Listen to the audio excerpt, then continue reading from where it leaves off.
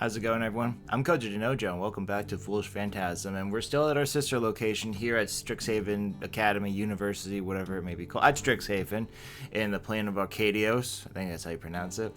Today I wanted to go over some of the cards that, now that the full set's been out, or released rather, revealed, leaked, we know what the cards are. What cards to look out for when it comes to Commander.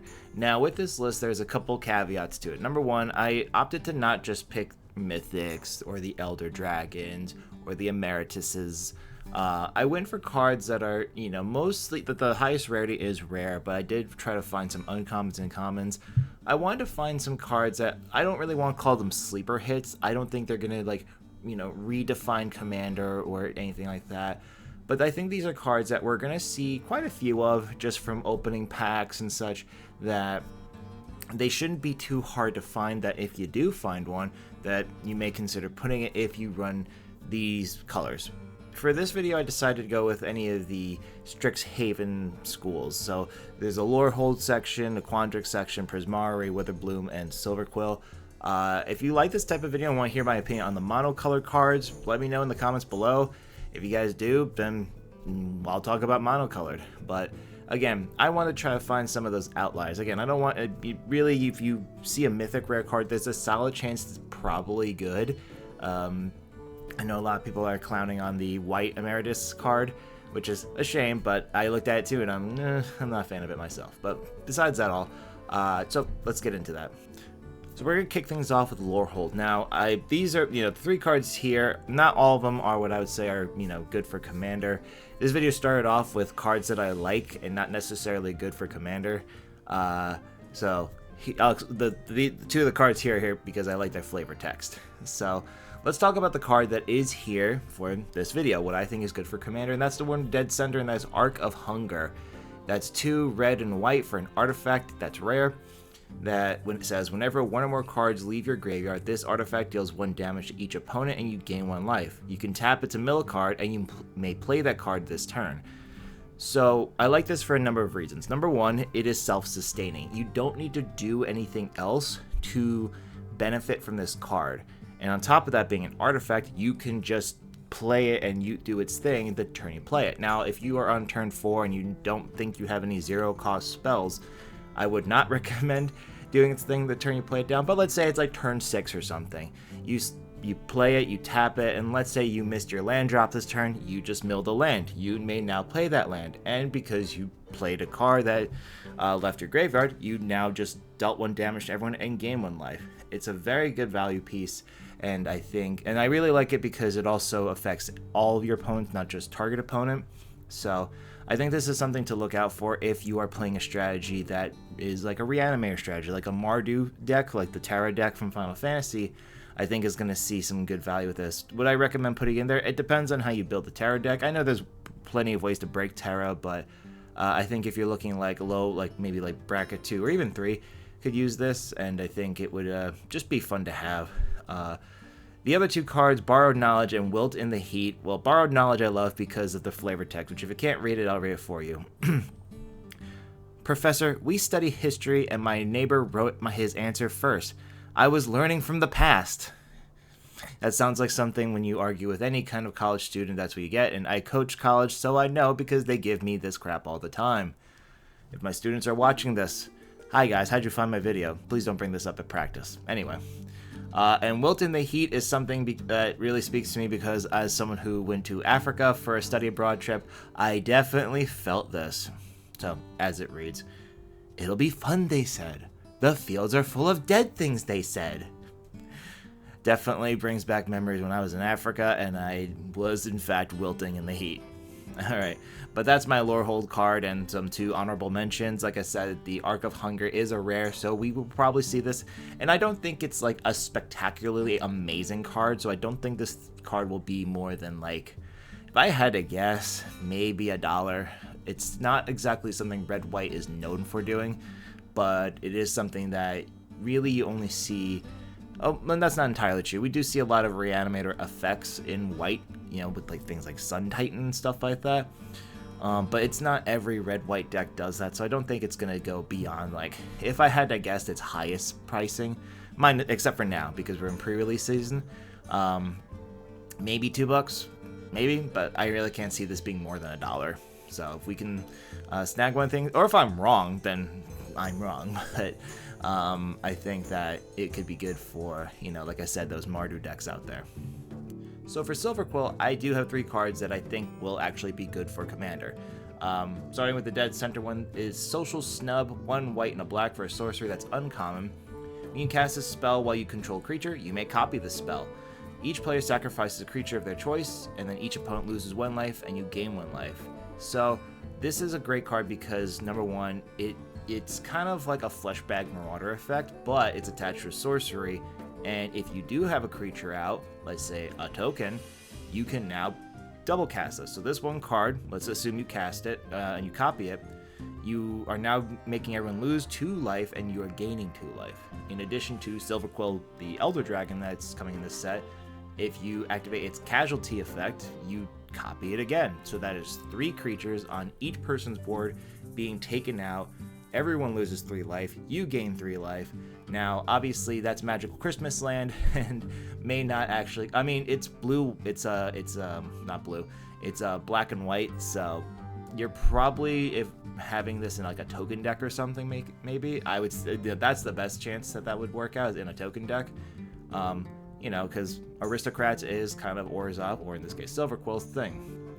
You're probably having tokens, so I can totally see this going off, 2 or 3 times in 1 cast. Like I said, especially if you have Silverquill, the Elder Dragon, the Despotin, not Despotin, I forgot what it's called, but the new Silverquill.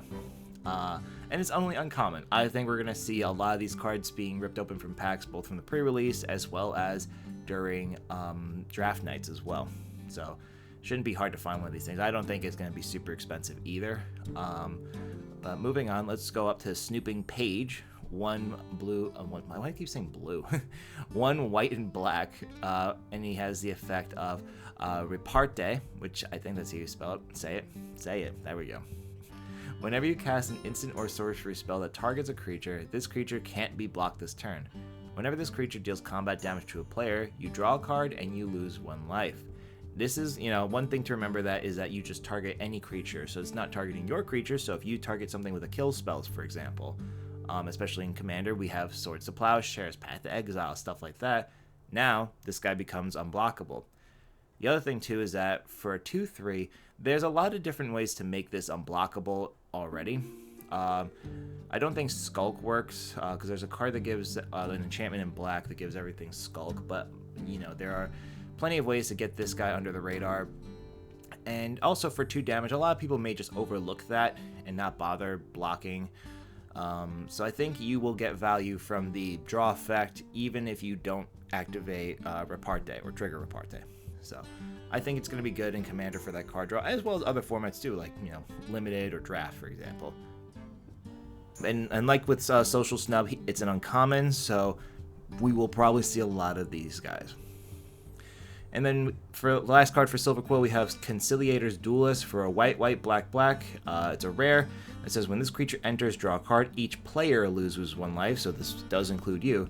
And their Reparte effect is whenever you cast an instant or sorcery spell that targets a creature, exile up to 1 target creature. Return that card to the battlefield under its owner's control at the beginning of the next end step. So this is good because, again, targeting something with removal, you will trigger the Reparte, and you can target itself. This will get you another card and make everyone, but again, including yourself, lose 1 life. I like these type of global effects, which is why I have Social Snub up here, Conciliator's Duel, while Arc of Hunger was my Lorehold pick, is because these are hitting multiple people in Commander, since you're playing against at least 3 other people, on average. These are cards that I think are really going to help with the, getting multiple people down at the same time. Especially these are burn effects that get around, or drain effects that get around blockers and stuff like that, or big scary creatures, which are blockers.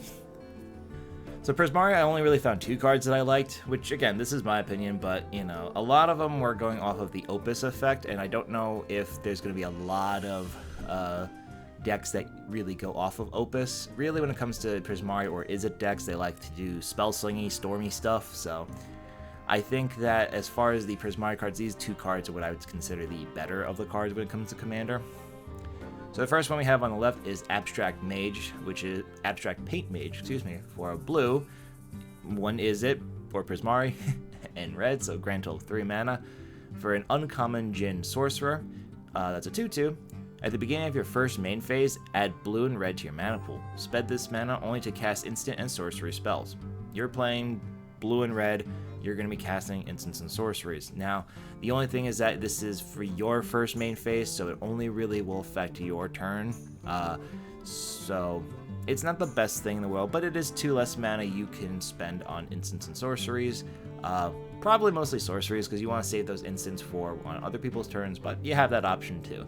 You know, any kind of mana reduction is always a good thing. And I think it's going to be really helpful when it comes to, if you do want to start triggering Opus, it's going to help with that as well. And then the other card is Resonating Lute. It's a 2 blue-red artifact that is rare. Lands you control have tap at 2 mana of any one color. Spend this mana only to cast instant and sorcery spells. You can tap this artifact to draw a card. Activate only have 7 or more cards in your hand. Blue has a ton of draw effects, so I don't think you're going to be struggling to activate that activated ability. But it is that adding 2 mana of any one color to your mana pool that I think is going to be the real powerhouse to this card.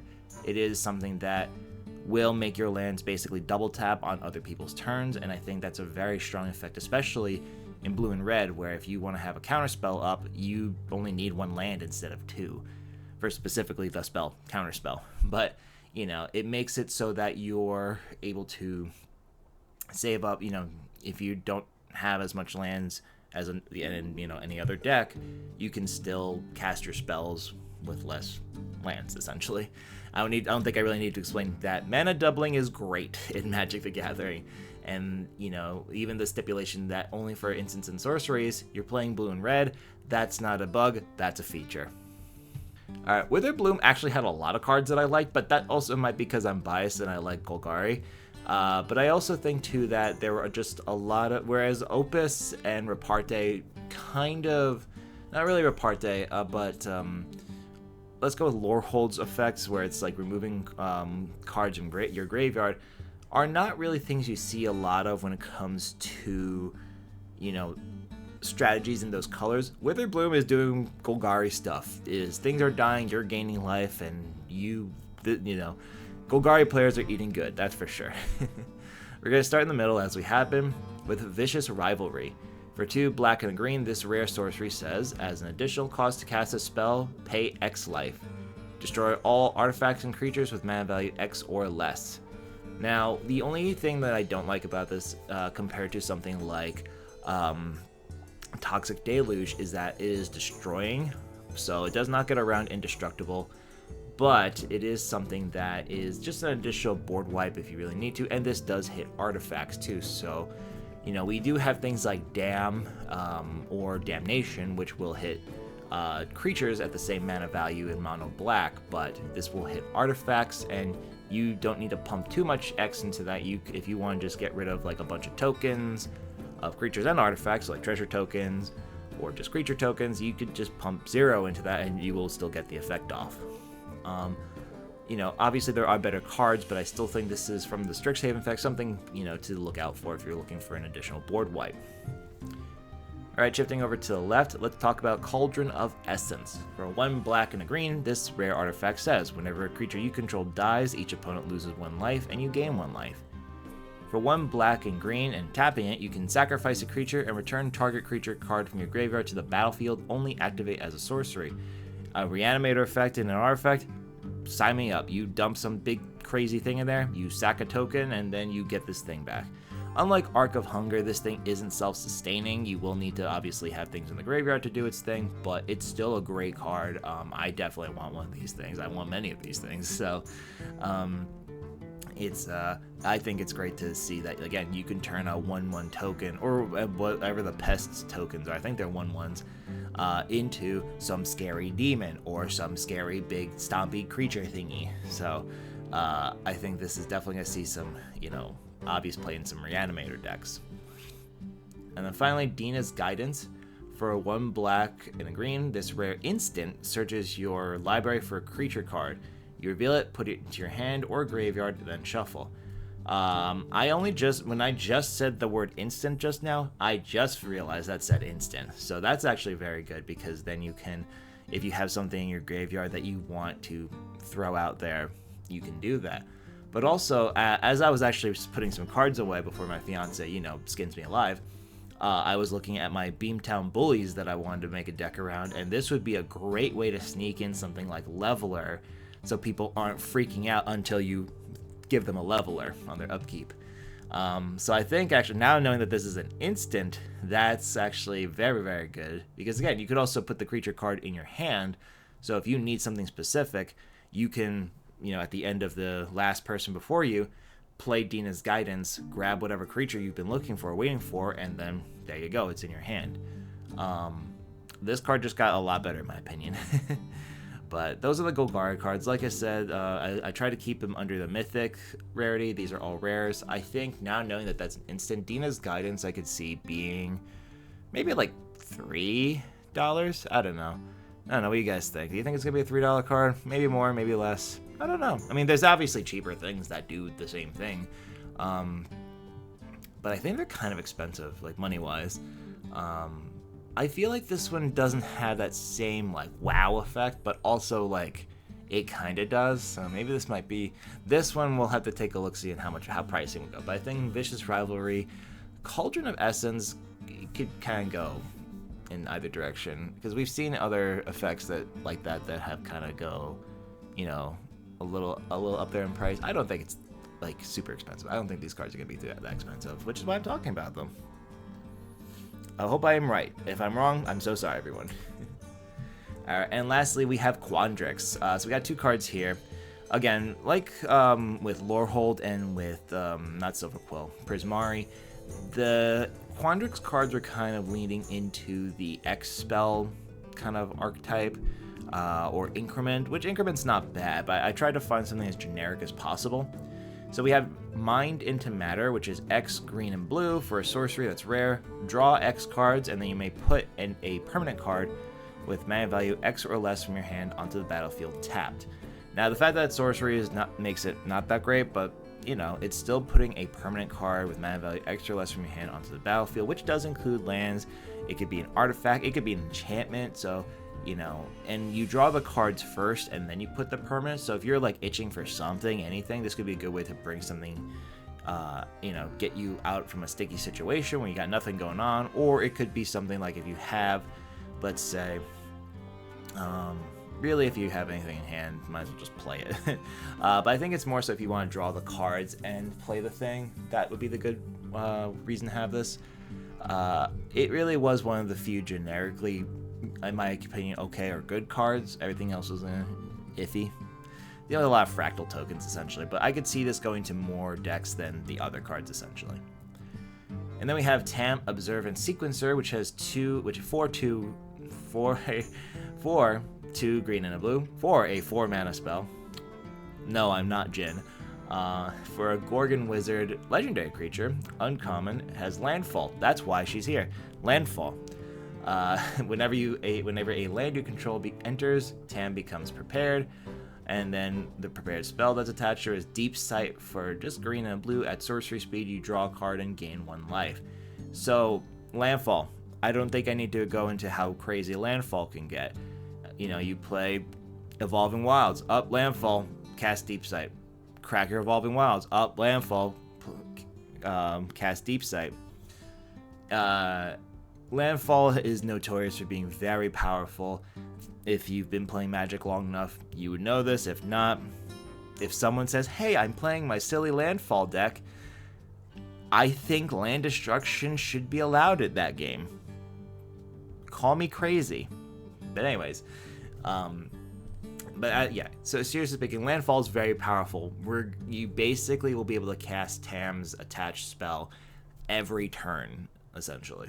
So I think that, you know, generically speaking, it's a very good card. And again, Quandrix had a lot of those X spells going on that didn't do as much. Really, I think Mind into Matter was the best X spell. Unless, of course, we're talking the monocolored cards. I really only looked at the multicolored cards for the sake of this video. So that's where I stand on that. Alright, everybody. So again, these were some of the cards that I saw that I thought were pretty good for Commander. I don't know where they're going to sit price-wise, so, we'll see how that goes. And remember, when it comes to right now is the worst time to buy singles for Magic. At least for Secrets of Strixhaven, because prices are going to go all over the place until like 2-3 weeks after release. So wait and see how things fall. If you see something that's like dirt cheap, like let's say if Tam comes out and she's like $1, cool, and then there have been instances where something's $1, but then a couple weeks down the line people find some crazy combo and oh man, wow, this is now a $20 card. Maybe not $20, but cards can jump in price after release too. Not everything drops, but mostly it drops. That's why they say it's in free fall. So just be careful with buying singles right now. I really wouldn't recommend it. I would definitely say, keep things, keep your eye on things, build a shopping list, and go from there.